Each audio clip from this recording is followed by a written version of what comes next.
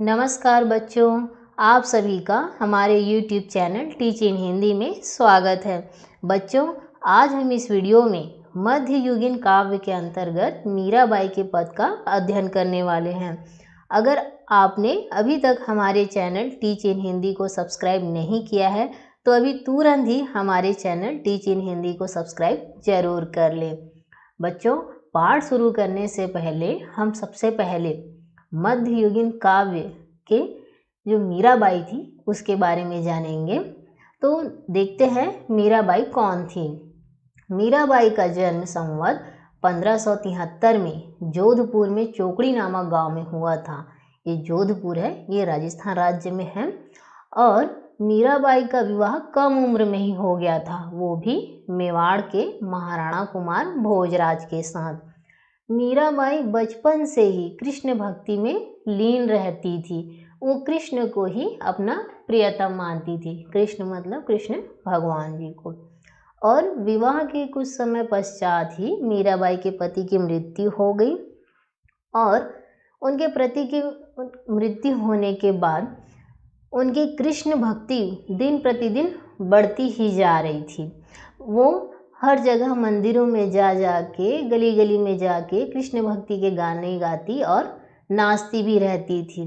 तो उसे देखकर उसके राज परिवार के लोग पसंद नहीं करते थे। उन्हें ऐसा लगता था कि हमारे ये कुल का नाश कर रही है। इसीलिए राज परिवार ने कई बार मीराबाई को जहर देकर मारने की भी कोशिश की, लेकिन मीराबाई ने श्री कृष्ण का नाम लेते हुए, उनकी भक्ति में लीन रहते हुए हंसते हंसते जहर को पी गई और वो जहर मीराबाई के लिए अमृत बन गया। घर वालों के ऐसे व्यवहार से परेशान होकर मीराबाई द्वारका चली गई और जीवन पर्यंत वहीं रही। हम मीराबाई की कविता में हमेशा कृष्ण भक्ति और उसके प्रेम के चरम उत्कर्ष को ही देखते हैं। और उनकी कविता में खास बात होती है जो है उनकी भाषा ब्रज और मेवाड़ी दोनों का ही पुट उनमें मिलता है। और आज जो हम पद पढ़ने वाले हैं उसमें भी हम कृष्ण प्रेम के ही वर्णन के बारे में पढ़ेंगे। अब देखते हैं हम मीराबाई का पहला पद। पग घुंघरू बांध मीरा नाची रे, मैं तो मेरे नारायण की आप ही हो गई दासी रे। लोग कहे मीरा भई बावरी, न्यात कहे कुलनासी रे। विष का प्याला राणा जी ने भेजिया, पीवत मीरा हासी रे। मीरा के प्रभु गिरधर नागर, सहज मिले अविनाशी रे। पग का अर्थ होता है पैर। यहाँ पे मैंने शब्दार्थ भी लिख दिए हैं। घुंघरू जो पायल की घुंघरू होती है वो। तो यहाँ पे प्रसंग में आप लिखेंगे कि कृष्ण की भक्ति में लीन मीरा को संसार की सुध बुध नहीं रहती, वो कुछ भी चीज़ नहीं जानती। अब इसका अर्थ इस तरह से लिखेंगे कि कृष्ण की भक्ति में रमी हुई मीराबाई ये कहती है कि मैं तो अपने पैरों में घुंघरू बांधकर नाच उठी हूँ। कृष्ण भक्ति में लीन होकर घुंघरू बांध के नाच उठी हूँ। मैं तो मेरे नारायण की आप ही हो गई दासी रे। नारायण मतलब श्री हरि कृष्ण भगवान। आप ही का मतलब होता है स्वयं और दासी का मतलब होता है सेविका। तो यहाँ पे मीराबाई कह रही है मैं तो अपने कृष्ण की, अपने हरि की आप ही हो चुकी हूँ, मतलब स्वयं उनकी सेविका दासी बन गई हूँ। लोग कहे मीरा भई बावरी, न्यात कहे कुलनासी रे। बावरी का मतलब होता है पगली, न्यात का मतलब होता है रिश्ते नाते या फिर रिश्तेदार, और कुलनासी का मतलब होता है कुल का नाश करने वाली। तो मीरा के इस तरह से कृष्ण भक्ति की दीवानगी को देखकर लोग उसे पगली कहते हैं, बावरी। और उसके जो रिश्तेदार नातेदार हैं उन लोग कहते हैं कि हमारे कुल का नाश करने वाली है। विष का प्याला राणा जी भेजिया, पीवत मीरा हासी रे। ये सारी चीज़ों को देखते हुए कि जो राज परिवार है, मीराबाई के ससुराल का जो परिवार है वो मीराबाई को अपने कुल का नाश करने वाली समझकर जो राणा जी रहते हैं वो उनके लिए जहर का प्याला भेज देते हैं ताकि वो यहाँ से मतलब उसका अंत हो जाए, ताकि हमारे कुल का नाश ना हो, ऐसा कहेंगे। लेकिन मीराबाई उस विष के प्याले को भी हंसते हंसते श्री कृष्ण का नाम लेते हुए पी जाती है और वो विष का प्याला उसके लिए अमृत का प्याला बन जाता है। मीरा के प्रभु गिरधर नागर सहज मिले अविनाशी रे। गिरधर का मतलब कृष्ण भगवान, नागर का मतलब नगर में रहने वाला, है ना, और अविनाशी का मतलब होता है जिसका विनाश ना हो, और सहज मतलब आसान तरीके से। मीरा के प्रभु मतलब मीरा के भगवान श्री कृष्ण नगर में रहने वाले जो सहज आसानी तरीके से उन्हें मिल जाए, ऐसा वो कह रही है।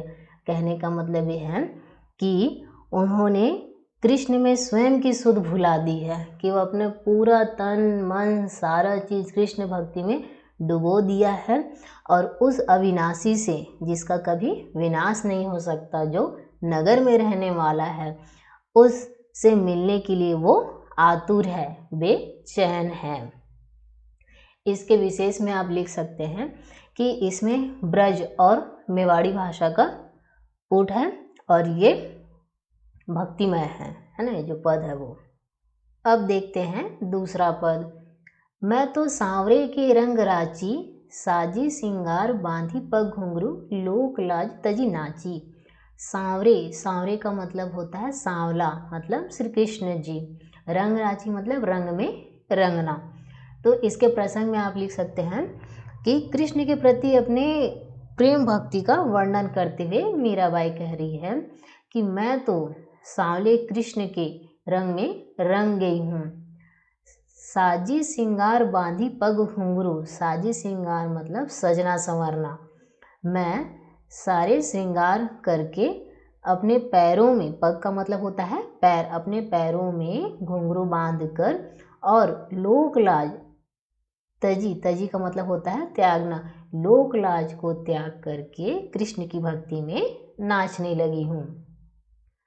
गई कुमति लई साधु की संगति, भगत रूप भय सांची। कुमति का मतलब होता है बुरा विचार, कि मेरी जो बुरे विचार थे, मेरी कुमति मर गई है। कहने का मतलब मेरा दिमाग काम नहीं कर रहा है, सब नाश हो चुका है। और लई साधु की संगति, मैंने साधुओं की संगति धारण कर ली है। भगत रूप भय सांची, और पूरी तरह से मैं, भगत मतलब यहाँ पे वैराग्य धारण करने से है कि मैं पूरी तरह से वैराग्य धारण कर चुकी हूँ। गाई गाई हरि के गुण निस दिन, निस दिन का मतलब होता है प्रतिदिन। काल बयाल का मतलब होता है काल रूपी सर्प, बांची मतलब बचना। अब यहाँ पे मीराबाई कह रही है कि मैं प्रतिदिन, है ना, श्री हरि के गुण का गान कर रही हूँ, और काल रूपी सर्प के दंश से मैं परिचित हूँ। काल रूपी सर्प का मतलब यहाँ पे है उसके विष से, क्योंकि उसे कई बार जहर दे के मारने की कोशिश की गई, लेकिन फिर वो जो जहर है, विष है, वो मीराबाई के लिए अमृत बन गया। इसलिए वो कह रही है कि काल रूपी सर्प से मैं परिचित हूँ, मैं बच चुकी हूँ। उण बिन सब जग खारो लागत, उण का मतलब होता है उनके बिना, है ना, उण बिन सब जग खारो लागत, खारो का मतलब होता है सूना। यहाँ पे मीराबाई कह रही है मुझे कृष्ण के बिना सारा संसार सूना लगता है, और बात सब कांची, और सबकी बात मुझे कच्ची लगती है, मतलब झूठी लगती है। एक सिर्फ श्री कृष्ण जी ही हैं जिनकी बातें मुझे सच्ची लगती है, बाकी सबकी बातें कच्ची लगती है। कहने का मतलब कि सिर्फ श्री कृष्ण जी मतलब हरि ही एकमात्र सत्य हैं। मीरा श्री गिरधर लाल सु भगति रसीली जांची। अब यहाँ पे मीरा श्री गिरधर मतलब कृष्ण भगवान, वो कह रही है कि मीरा कृष्ण की भक्ति में डूब कर असीम आनंद में डूब गई है। रसीली मतलब रस, और उन्हें किसी भी लोक मर्यादा का ज्ञान नहीं है। कहने का मतलब ये है कि मीरा श्री कृष्ण के भक्ति रस में इतनी ज़्यादा डूब चुकी है कि उसे लोक लाज संसार में क्या हो रहा है इसका किसी भी चीज़ का उसे ध्यान नहीं है। इसके विशेष में आप लिखेंगे कि इसमें इस पद में भी भक्ति की पराकाष्ठा है और अनुप्रास अलंकार है, और तीसरे इसमें लिख सकते हैं कि इसकी जो भाषा है वो ब्रज भाषा और मेवाड़ी दोनों का पुट है। अब देखते हैं हम तीसरा पद, जिसमें है बसो मोरे नैनन में नंदलाल, मोहिनी मूर्ति सांवरी सूरती, नैना बने विशाल। इसके प्रसंग में भी आप वही लिखेंगे कि इसमें कृष्ण के प्रति अनन्य भक्ति और प्रेम की भावना को व्यक्त करते हुए मीराबाई कह रही है कि बसो का मतलब होता है बसना, कि मेरे नैनों में नंदलाल कृष्ण भगवान को ही कहा जाता है कि हे कृष्ण मेरे नैनों में आप बस जाओ। मोहिनी मूर्ति सांवरी सूरती, मोहिनी का अर्थ होता है मन को मोहने वाला, मूर्ति मतलब मूरत, और सांवरी सूरती मतलब सांवले रंग की सूरत वाले। तो यहाँ पे तुम्हारी उस सांवली और मन को मोह लेने वाली नैना बने विशाल, नैना का मतलब होता है आँख या नैन, और बड़े आँखों वाली छवि जो है वो मेरे मन में बस चुकी है। अधर सुधारस मुरली राजद उर बैजंती माल, अधर का मतलब होता है होंठ, सुधारस मतलब अमृत रस, मुरली का मतलब तो आपको पता ही है, राजत का मतलब होता है विराजना। तो अमृत रस से भरे हुए तुम्हारे होंठों पे मुरली विराजती है। उर का अर्थ होता है हृदय, और हृदय पे वैजंती माला धारण की हुई है। क्षुद्र घंटिका कटी तट शोभित नुपुर सबद रसाल, क्षुद्र का मतलब होता है छोटा, घंटिका का अर्थ होता है घंटी, और कटी का मतलब होता है कमर, शोभित का मतलब होता है शोभायमान। तो ये कह रही है कि कमर पर एक छोटी सी घंटी बंधी है जिसके नूपुरों की ध्वनि वातावरण में रसाल मतलब रस घोल रही है। श्री कृष्ण भगवान जो है वो अपने कमर में घंटी पहनते हैं जो उनके कमर को शोभायमान करती है, और उस घंटी की जो ध्वनि है, वो घुंघरू है नूपुर, उसके रस सारे वातावरण को और रसमय बना रही है। मीरा प्रभु संतन सुखदाई भगत बछल गोपाल, बछल का मतलब होता है वात्सल्य। यहाँ पे मीरा जी कह रही है कि श्री कृष्ण या बाल गोपाल रूप जो है वो वात्सल्य से, बछल का मतलब होता है वात्सल्य, जो उनका बाल रूप है उससे भरा हुआ है, जो सभी संतों को सुख प्रदान करता है, सुख और आनंद प्रदान करता है। इस पद में मीराबाई ने श्री कृष्ण के बचपन का वर्णन किया है कि वो मन को मोहने वाले सांवली सूरत वाले, उनके आँख बड़े विशाल हैं और होठों पे वो हमेशा मुरली विराजते हैं और गले पे बैजंती की माला धारण करते हैं और कमर पे छोटी सी घंटी जो जिनकी आवाज़ पूरे जगह वातावरण में रस घोल देती है, और उनके बचपन का जो रूप है वो सभी संतों में सुख और आनंद प्राप्त करते हैं। तो इसके विशेष में भी आप वही लिखेंगे जो बाकी के पिछले वाले पद में आपने लिखा है।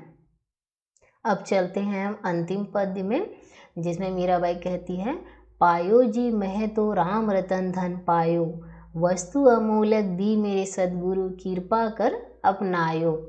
पायो जी मह का मतलब होता है मैं।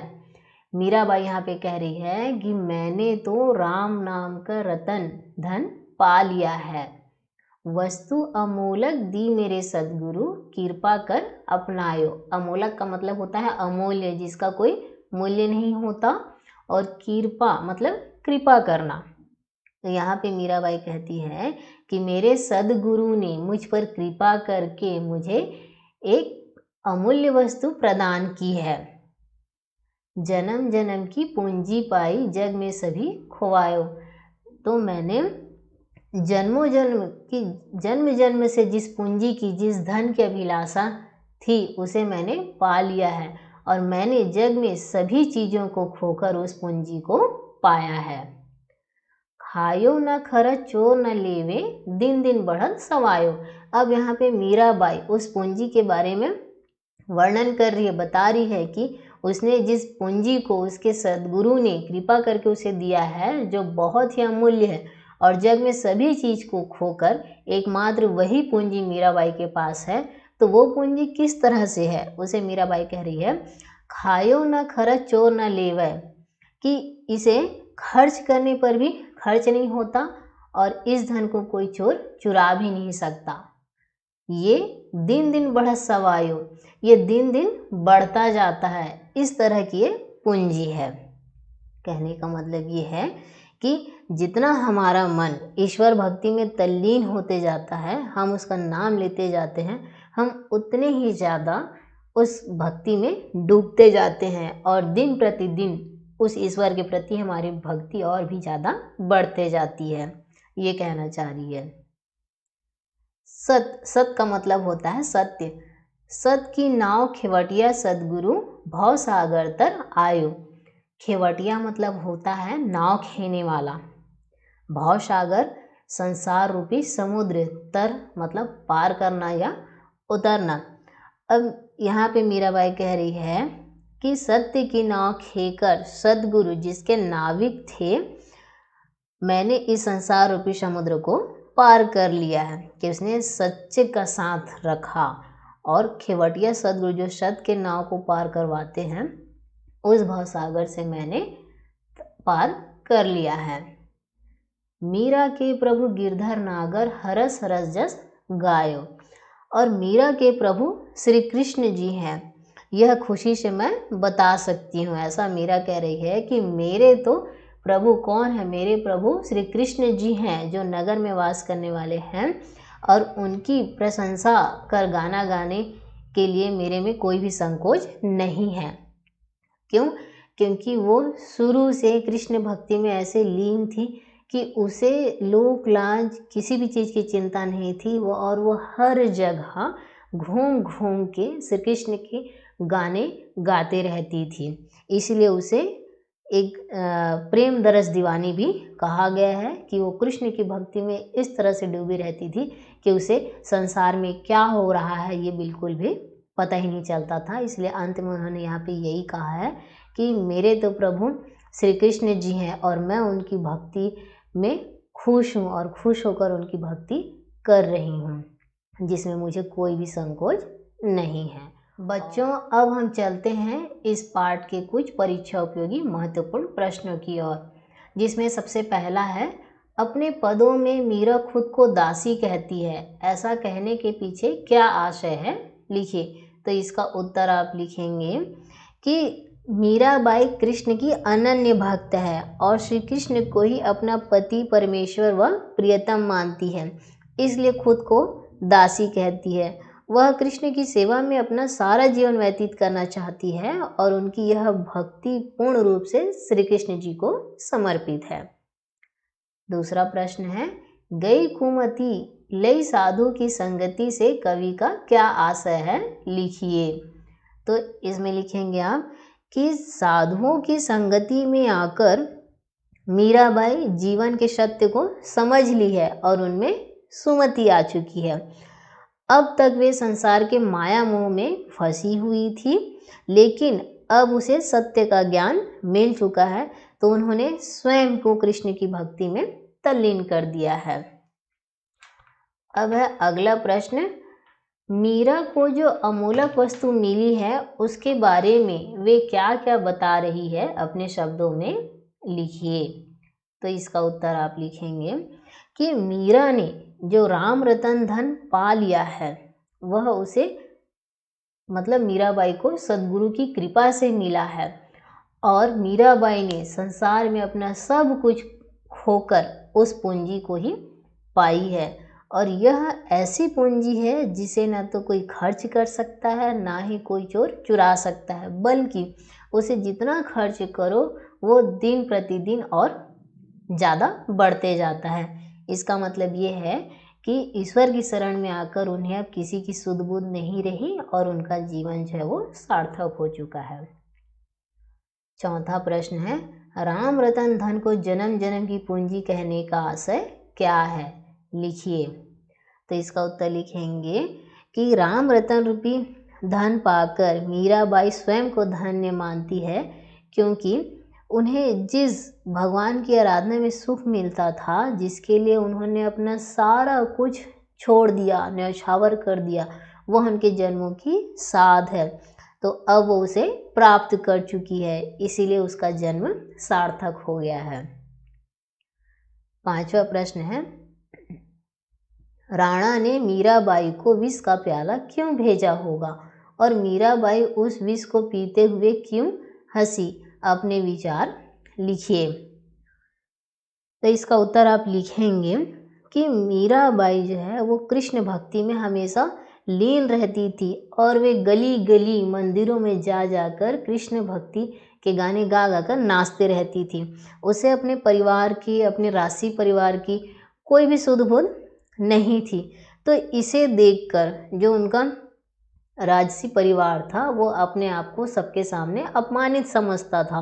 इसीलिए राज परिवार ने कई बार उन्हें विष देकर मारने की कोशिश की, लेकिन वो कभी भी सफल नहीं हो पाए, क्योंकि कृष्ण भक्ति में डूबी हुई मीराबाई को जब विष का प्याला मिला तो वो हंसते हंसते पी गई और वो विष का जहर उसके लिए अमृत का प्याला बन गया। तो इस तरह से उसके जो राशि परिवार वाले हैं वो उसे मार नहीं पाए, बल्कि मीराबाई को जितने बार भी मारने की कोशिश की गई विष देकर, वे हमेशा असफल रहे और मीराबाई हमेशा कृष्ण भक्ति में लीन रहते हुए उस विष के जहर को ग्रहण किया और उसे कुछ भी नहीं हुआ। बच्चों, ये था मीराबाई का पद पाठ की पूरी अर्थ और साथ में उससे संबंधित परीक्षा उपयोगी महत्वपूर्ण प्रश्न। मुझे लगता है कि आपको ये पाठ अच्छे से समझ में आ गया होगा। और बच्चों, अगर आपको कक्षा 10वीं हिंदी विषय के अन्य पाठ का अध्ययन करना चाहते हैं तो डिस्क्रिप्शन बॉक्स में दिए गए लिंक पर क्लिक करके सभी पाठ के सारांश और परीक्षा उपयोगी महत्वपूर्ण प्रश्न उत्तर की तैयारी आप कर सकते हैं। अगर आपको यह पाठ अच्छे से समझ आ गया हो तो इस वीडियो को लाइक व अपने क्लासमेट को शेयर ज़रूर करें और साथ ही हमारे चैनल टीच इन हिंदी को सब्सक्राइब करना ना भूलें। धन्यवाद।